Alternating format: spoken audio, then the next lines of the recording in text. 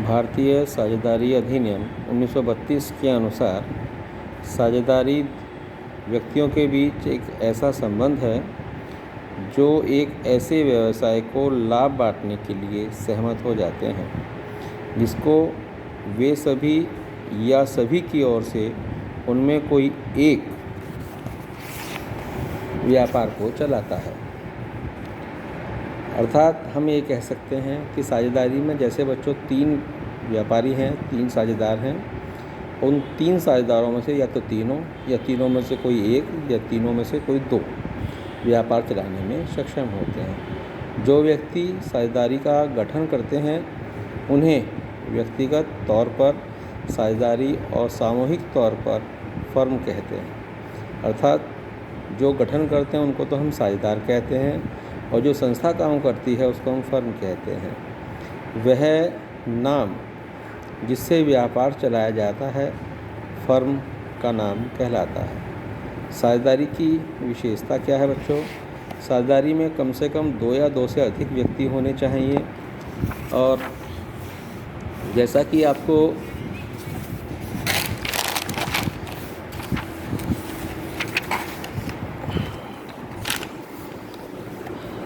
आपको इस पिक्चर में दिखाई पड़ रहा है कि कंपनी अधिनियम 1956 के अनुसार इसका निर्धारण होता है, लेकिन बैंकिंग व्यवसाय में 10 और बाकी व्यवसाय में 20 इसमें होता है। लेकिन बच्चों ये ध्यान रहे, वर्तमान में हम जो चल रहा है वर्तमान में 2013 चल रहा है और 2013 के अनुसार बैंकिंग व्यवसाय में 50 और सामान्य व्यवसाय में 20 होता है, सामान्य व्यवसाय में 100 होता है। अर्थात वर्तमान में साझेदारों की जो अधिकतम संख्या है वह 50 और 100 हो जाती है। दूसरा हमारे पास ठहराव होता है। ठहराव का मतलब यहाँ पर यह है कि साझेदारों की का संबंध ठहराव से उत्पन्न होता है, स्थिति द्वारा नहीं। स्वाभाविक प्रेम स्नेह परिवार में जन्म लेने के कारण उत्पन्न नहीं होता है। वह व्यक्ति जो अनुबंध करने योग्य है के बीच अनुबंध का परिणाम है। इसलिए नाबालिग, पागल, दिवालिया और अन्य व्यक्ति जो अनुबंध करने के योग्य नहीं हैं उनसे किसी प्रकार की कोई साझेदारी नहीं होती। वैधानिक व्यवसाय, अगर हम बच्चों साझेदारी व्यवसाय में शामिल होते हैं तो ये याद रहे कि हमारे पास जो साझेदारी व्यवसाय है उसमें वैधानिक व्यवसाय होना चाहिए। वैधानिक व्यवसाय से अलग हट करके किसी प्रकार का कोई व्यापार नहीं करना चाहिए। ऐसा व्यापार नहीं करना चाहिए जो साझेदारी व्यवसाय से अलग होता है। अगला है हमारे पास जोखिम वहन करना। साझेदारी में न केवल लाभ बल्कि व्यवसाय में हानि के कारण भी जोखिम को वहन किया जाता है। एजेंसी और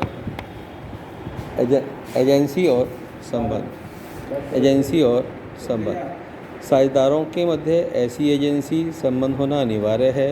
प्रत्येक साझेदार फर्म का स्वामी और एजेंट भी होता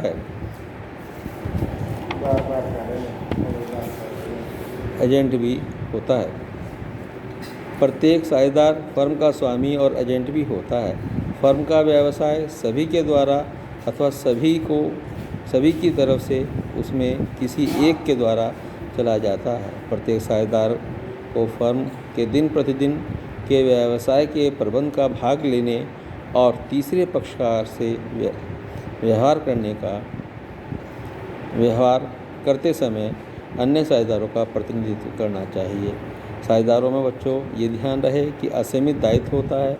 अगर किन्हीं कारणों से फर्म हानि में चली जाती है तो साझेदारों की जो व्यक्तिगत स्थिति होती है, व्यक्तिगत संपत्ति होती है, उसको भी बेचा जा सकता है।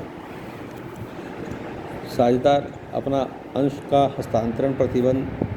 हस्तांतरण नहीं कर सकते बिना साझेदारों की सहमति के। ये एक अलग बात है कि साझेदारी फर्म में एक नया साझेदार भी रखा जा सकता है, लेकिन बिना जब तक कि अन्य साझेदार उसकी सहमति नहीं देंगे उनको साझेदारी में शामिल किया जा सकता है। प्रबंध और निर्णय, सभी साझेदारों का व्यवसाय के प्रबंध में भाग लेने के लेने की कानून द्वारा अनुमति प्राप्त है, वह फर्म के व्यवसाय के दिन प्रतिदिन के प्रबंध को कुछ साझेदारों एवं उनमें किसी एक को सौंपने के लिए सहमत हो जाते हैं। साझेदारी की अवधि में साझेदारी फर्म के अनुसार यदि किसी साझेदार की मृत्यु हो जाती है तो यह अवकाश ग्रहण कर लेता है या दिवालिया हो जाता है तो साझेदारी समाप्त मानी जाएगी और अन्य साझेदार नई डीड के अनुसार उसको चलाने के लिए सहमत अगर होते हैं तो उसको मान लिया जाएगा।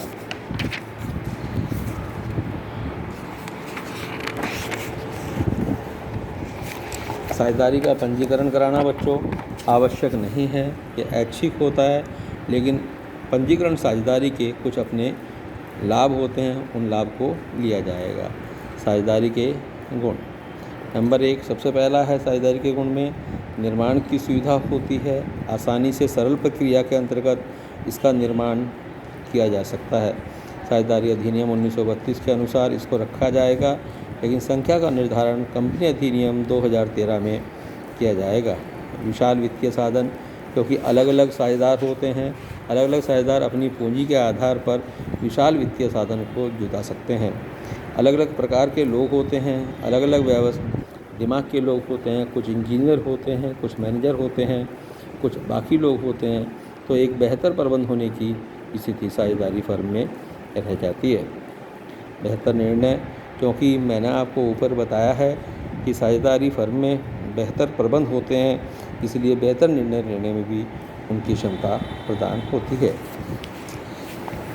जोखिम का बंटवारा साझेदारी फर्म में पहले से तय हो जाता है, लेकिन किन्हीं कारणों से अगर जोखिम का बंटवारा तय नहीं होता है तो साझेदारी अधिनियम 1932 के अनुसार साझेदारी फर्म में इसको जो है बराबर के अनुपात में बांटा जाता है।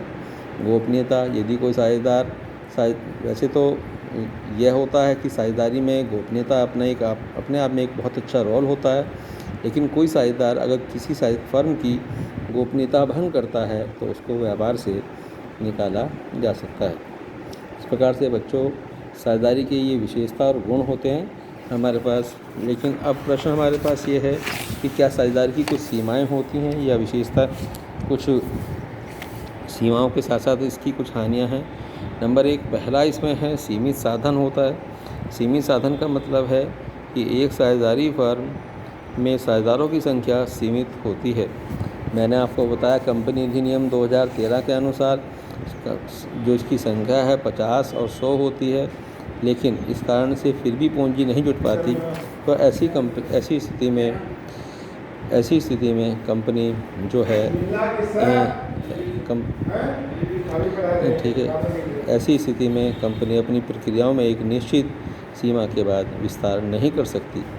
असीमित दायित्व हमारे पास होता है। असीमित दायित्व का मतलब है कि यदि साझेदारी फर्म में किसी प्रकार से अगर हानि हो जाती है तो वह साझेदारों के घर तक, व्यक्तिगत संपत्तियों तक आपस में साझेदारों की संपत्तियों, जो व्यक्तिगत संपत्तियां होती हैं, उनको भी नीलाम करने की स्थिति हो जाती है। आपसी मतभेद की संभावना, क्योंकि साझेदारी में कम से कम 2 और अधिकतम में 100 तक संख्या होती है, और उस संख्या के आधार पर हम जो है उसको अगर मतभेद बाय द वे हो जाते हैं, किन्हीं कारणों से मतभेद हो जाते हैं, तो साझेदारी समाप्त होने का भय रहता है। क्योंकि साझेदारी निर्णय लेने में देरी, क्योंकि साझेदारी में संख्या अधिक होती है, 2 से अधिक होती है, इसलिए एक साझेदार यदि कोई निर्णय स्वतंत्र रूप से नहीं ले सकता, उनकी मीटिंग के आधार पर ही स्वतंत्र रूप से निर्णय लिया जा सकता है।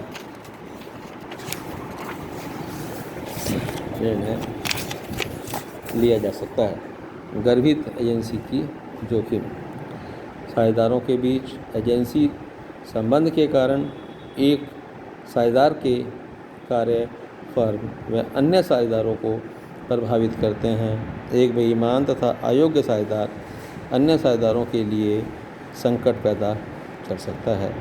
निरंतरता में दरार, अगर साझेदार आपस में सहमत नहीं होते तो उनमें दरार उत्पन्न हो जाती है। और दरार इस हद तक पहुंच सकती है कि वह दिवालिया, पागलपन और साझेदारी फर्म बंद करनी पड़ सकती है। इस प्रकार से बच्चों, साझेदारी हमारे पास किस प्रकार से जहां लाभ होती हैं, वहीं इसकी हानि भी एक निश्चित दिशा में होती है। साझेदारी की उपयुक्तता। साझेदारी वास्तव में एक उपयुक्त होती है, एक उपयुक्त स्थिति में होती है। लघु तथा मध्यम पैमाने को चलाया जा सकता है। ग्राहकों तथा मुवक्किलों के साथ निजी संपर्क आवश्यक होता है। पेशेवरों के लिए साझेदारी का गठन सुविधाजनक होता है। अब हमारा टॉपिक अगला जो होता है बच्चों, वह है अवधि साझेदारी की प्रकार। नंबर 1, पहला प्रकार हमारे पास है अवधि के आधार पर। अवधि के आधार का मतलब एक निश्चित समय के लिए साझेदारी होती है। निश्चित समय की साझेदारी का मतलब यह है कि जो उद्देश्य होता है, उद्देश्य के आधार पर साझेदारी पूरी करके साझेदारी को समाप्त किया जा सकता है। नंबर नेक्स्ट हमारे पास आता है ऐच्छिक साझेदारी। जब इच्छा के अनुसार साझेदारी रहती है, अर्थात जब किसी साझेदारी का निर्माण किसी अवधि में निश्चित अवधि के लिए किया जाता है, निश्चित किए बिना ही किया जाता है, तो उसे ऐच्छिक साझेदारी कहते हैं। निर्धारित अवधि की साझेदारी, विशिष्ट अवधि की साझेदारी, ये इसके बहुत से गुण हैं। बच्चों, आज का ये टॉपिक हमारा यहीं समाप्त होता है। अगली कक्षा में हम साझेदारी बनाम सीमित साझेदारी को पढ़ेंगे। धन्यवाद।